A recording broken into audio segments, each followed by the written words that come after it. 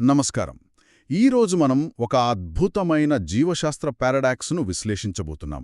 మన శరీరంలో అంటే వేలికొన కంటే చిన్న పరిమాణంలో ఉండే ఒకే ఒక అవయవం వినికిడి మరియు సమతుల్యత. ఈ రెండూ పూర్తిగా భిన్నమైన అత్యంత కీలకమైన పనులను ఎలా చేయగలుగుతోంది? ఇది నిజంగా ఆశ్చర్యపరిచే విషయం.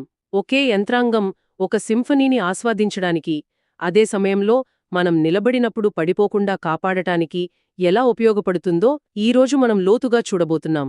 అవును, ఈ చర్చ శరీర ధర్మశాస్త్రవేత్త మరియు న్యూరోసర్జన్ అయిన డాక్టర్ గాంధీ బి లంకా గారి రచనపై ఆధారపడి ఉంటుంది. ముఖ్యంగా ఈ రంగంలో శిక్షణ పొందుతున్న ఫిజియోలజిస్టులు మరియు వైద్య విద్యార్థులకు అవసరమైన పూర్తి వివరాలతో ఈ అంశాలను సమగ్రంగా చర్చిద్దాం. సరే, అయితే ఒక శబ్దతరంగం ప్రయాణాన్ని అనుసరిస్తూ మన చర్చను మొదలు పెడదాం. ముందుగా బయటి చెవి అంటే పిన్నా లేదా ఆరికిల్. అవును, అదొక ఫన్నెల్లాగా శబ్దాలను సేకరించి లోపలికి పంపిస్తుంది.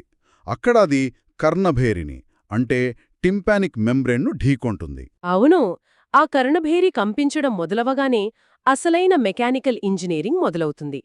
ఆ కంపనాలు మధ్యచెవిలోకి ప్రవేశిస్తాయి. అది గాలితో నిండిన ఒక చిన్న గది కదా? ఖచ్చితంగా. బయటి ప్రపంచంతో పీడనాన్ని సమంగా ఉంచడానికి మన గొంతు వెనుక భాగంలోకి ఒక చిన్న ట్యూబ్ ఉంటుంది. అదే యూస్టేషియన్ ట్యూబ్. ఓ, అందుకే మనం విమానంలో వెళ్తున్నప్పుడు చెవులు దిబ్బడవేసినట్టు అనిపిస్తే ఆవలిస్తే సరిపోతుంది అంటారు. నిజమే. ఆవలింత లేదా ఏదైనా మింగడం ద్వారా ఆ ట్యూబ్ను తెరిచి పీడనాన్ని సరిచేసుకుంటాం. సరే, ఈ చిన్న గదిలోనే మాలియస్, ఇంకస్ మరియు స్టేపిస్ అనే 3 సూక్ష్మమైన ఎముకలుంటాయి. ఇవి ఒక లివర్ సిస్టంలా పనిచేస్తాయని మనకు తెలుసు. కానీ వాటి అసలు ఉద్దేశమేమిటి? కేవలం కంపనాలను లోపలికి పంపడమేనా? అంతకంటే చాలా ముఖ్యమైన పని చేస్తాయి. ఆలోచించండి, గాలిలో ప్రయాణించే శబ్దతరంగాలను ద్రవంతో నిండిన లోపలి చెవికి సమర్థవంతంగా ప్రసారం చెయ్యాలి. అది కష్టమే. నీటిలో ఉన్న వ్యక్తితో మనం గట్టిగా అరిచి మాట్లాడటానికి ప్రయత్నించడం లాంటిది. అవును, శబ్దం ఎక్కువ భాగం నీటి ఉపరితలం నుండే వెనక్కి వెళ్ళిపోతుంది. ఈ సమస్యను అధిగమించడానికి మధ్యచెవి ఒక అద్భుతమైన యాంప్లిఫైయర్గా పనిచేస్తుంది. యాంప్లిఫైయర్గానా? అదెలా? ఏంటంటే కర్ణభేరి యొక్క పెద్ద ఉపరితలం నుండి వచ్చే శక్తిని స్టేపిస్ యొక్క చాలా చిన్న ఫుట్ప్లేట్పై కేంద్రీకరించడం ద్వారా. శబ్దపీడనానే సుమారు 20 రెట్లు పెంచుతుందా? అలాగా? అంటే ఇదొక మెకానికల్ సౌండ్ బూస్టర్ అన్నమాట. మరి పెద్ద శబ్దాలొచ్చినప్పుడు ఈ సున్నితమైన వ్యవస్థ దెబ్బతినకుండా ఎలా కాపాడుకుంటుంది? దానిక్కూడా ఒక తెలివైన ఏర్పాటే ఉంది. మధ్య చెవిలో టెన్సర్ టింపానీ మరియు స్టేపీడియస్ అనే 2 అతి చిన్న కండరాలు ఉంటాయి. కండరాలా? చెవిలోనా?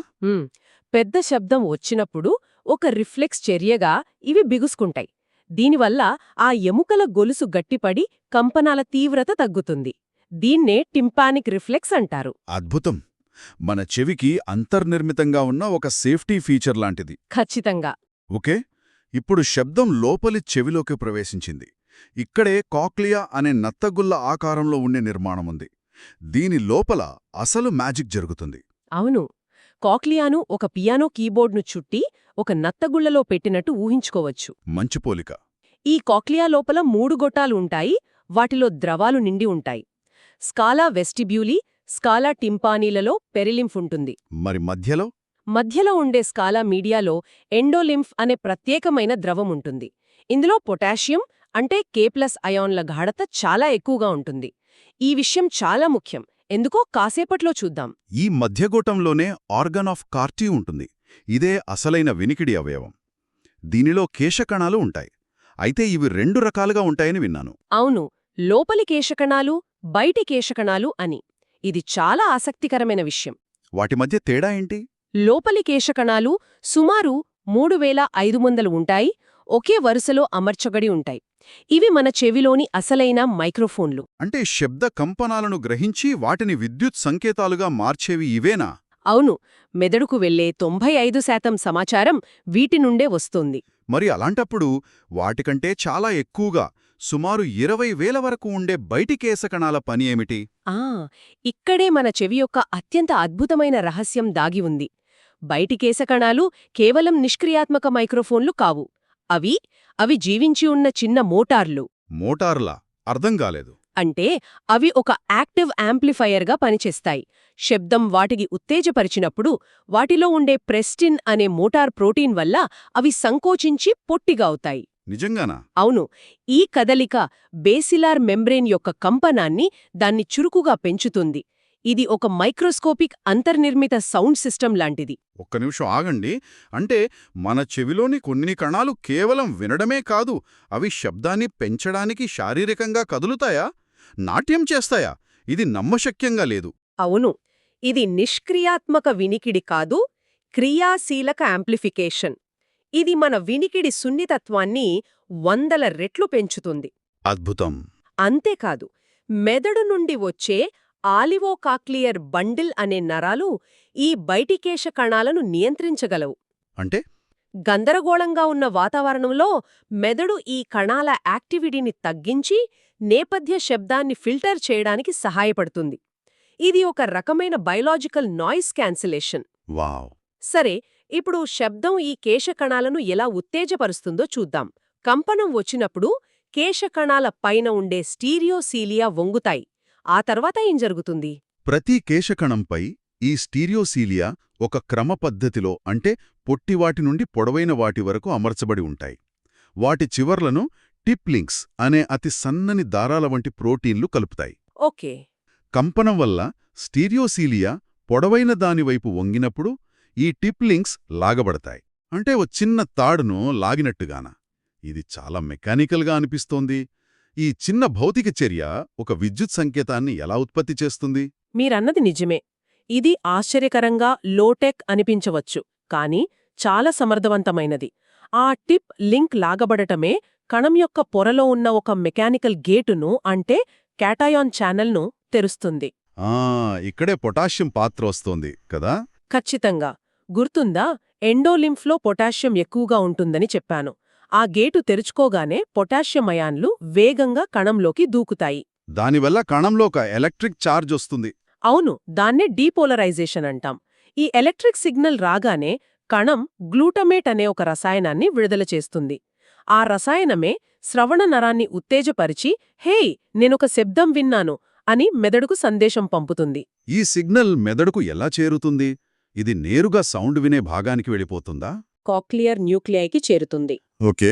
అక్కడే నుండి సుపీరియర్ ఆలివ్కు వెళ్తుంది. ఇదొక ముఖ్యమైన జంక్షన్. ఇక్కడే 2 చెవుల నుండి వచ్చే సమాచారం మొదటిసారిగా కలుస్తుంది.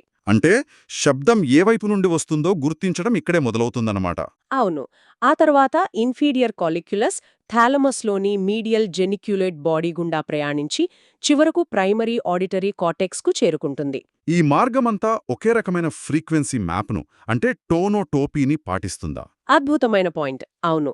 కాక్లియాలో మొదలైన ఆ పియానో కీబోర్డ్ మ్యాప్ ఈ మార్గం పొడవునా మెదడులోని కార్టెక్స్ వరకు కొనసాగుతుంది. అలాగా. అంతేకాదు, ఈ ఆడిటరీ కార్టెక్స్లో అద్భుతమైన ప్లాస్టిసిటీ ఉంటుంది. ఉదాహరణకు, సంగీతకారులు కొన్ని స్వరాలను పదే పదే వినడం వల్ల ఆ స్వరాలకు ప్రతిస్పందించే వారి మెదడులోని ప్రాంతాలు ఇతరుల కంటే పెద్దవిగా మారతాయి. అంటే అనుభవం మన మెదడు నిర్మాణాన్ని మార్చగలదనడానికి ఇదొక చక్కటి ఉదాహరణ. నిజమే. ఇప్పటి వరకు మనం వినికిడి అనే సంక్లిష్టమైన యంత్రాంగం గురించి మాట్లాడాం. కానీ ఇది చెవి చేసే పనిలో సగం మాత్రమే. అవును. ఇప్పుడు అదే ప్రాథమిక సాధనాలను, అంటే కేశకణాలు మరియు ద్రవాన్ని ఉపయోగించి చెవి మన శరీరానికి అంతర్గత గైరోస్కోప్గా ఎలా పనిచేస్తుందో చూద్దాం. సరే, మనం ఇప్పుడు సమతుల్యతను నియంత్రించే వెస్టిబ్యులర్ వ్యవస్థ గురించి చర్చిస్తున్నాం. దీనిలో 2 ప్రధాన భాగాలున్నాయి. మొదటివి సెమీసర్క్యులర్ కెనాల్స్. ఇవి 3 వేర్వేరు తలాల్లో అమర్చబడిన 3 గొట్టాలు గదా? అవును. తల తిప్పడం వంటి భ్రమణ కదలికలను, అంటే కోణీయ త్వరణాన్ని ఇవి గుర్తిస్తాయి. అదెలా పనిచేస్తుంది? ఒక కప్పులో కాఫీని పట్టుకుని గిరగిరా తిప్పినప్పుడు మొదట కాఫీ కొద్దిగా వెనక్కుండిపోతుంది కదా, అలాగా. ఖచ్చితంగా అదే యానలాజీ. మనం తల తిప్పినప్పుడు ఆ గొట్టాలలోని ఎండోలింఫ్ ద్రవం జడత్వం కారణంగా కొద్దిగా వెనక్కుండిపోతుంది. ఆహా. ఈ ద్రవం యొక్క కదలిక క్యూపులా అనే జెల్లీ వంటి నిర్మాణాన్ని వంచుతుంది. ఈ క్యూపులా కింద ఉన్న కేశకణాలు ఉత్తేజితమై తల తిరుగుతోంది అని మెదడుకు సిగ్నల్ పంపుతాయి. మరి ముందుకు నడవడం లేదా లిఫ్టులో పైకి వెళ్లడం వంటి సరళ రేఖ కదలికల సంగతేంటి? వాటిని కూడా ఇవే గుర్తిస్తాయా? లేదు.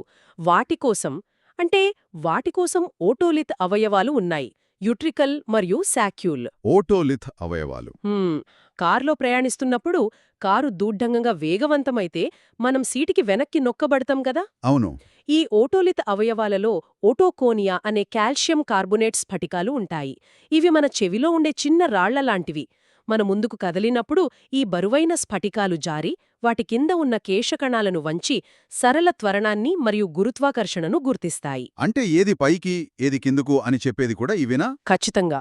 ఈ సమాచారమంతా మెదడుకు చేరి మన శరీరం యొక్క భంగిమను నియంత్రిస్తుంది. దీనికొక అద్భుతమైన ఉదాహరణ వెస్టిబ్యులో ఆక్యులర్ రిఫ్లెక్స్ VOR కదా. అవును. VOR లేకపోతే మన ప్రపంచం గందరగోళంగా ఉండేది. అంటే మనం నడుస్తున్నప్పుడు తల పైకి కిందకి కదులుతున్నా మన కళ్ళు ఒక వస్తువుపై స్థిరంగా దృష్టి పెట్టగలగడానికి కారణం ఈ రిఫ్లెక్సే. మీ తల కదిలే దిశకు వ్యతిరేక దిశలో మీ కళ్లను అంతే వేగంతో కదిలించమని వెస్టిబ్యులార్ వ్యవస్థ కంటి కండరాలకు ఆదేశాలు పంపుతుంది. ఓ, అందుకే మనం కదులుతున్నా సైన్ బోర్డులను స్పష్టంగా చదవగలుగుతాం. సరిగ్గా చెప్పారు. మరి ఈ సున్నితమైన వ్యవస్థలలో సమస్యలొస్తే పరిస్థితి ఏంటి? వినికిడి లోపంలో ఏమైనా రకాలున్నాయా? ప్రధానంగా 2 రకాలు. మొదటిది కండక్టివ్ లోపం. ఇది బయటి లేదా మధ్య చెవిలో సమస్య వల్ల వస్తుంది. అంటే ఒక నీటి పైపులో అడ్డంకి ఏర్పడినట్లుగా? అవును. శబ్దం లోపలికి సరిగ్గా ప్రసారం కాదు. గులిమి, ఇన్ఫెక్షన్లు లేదా ఓటోస్క్లెరోసిస్ దీనికి కారణాలు. రెండవది సెన్సోన్యూరల్ లోపం. ఇది లోపలి చెవిలోని కేశకణాలు, నరం లేదా మెదడులోని మార్గాలలో సమస్య వల్ల వస్తుంది.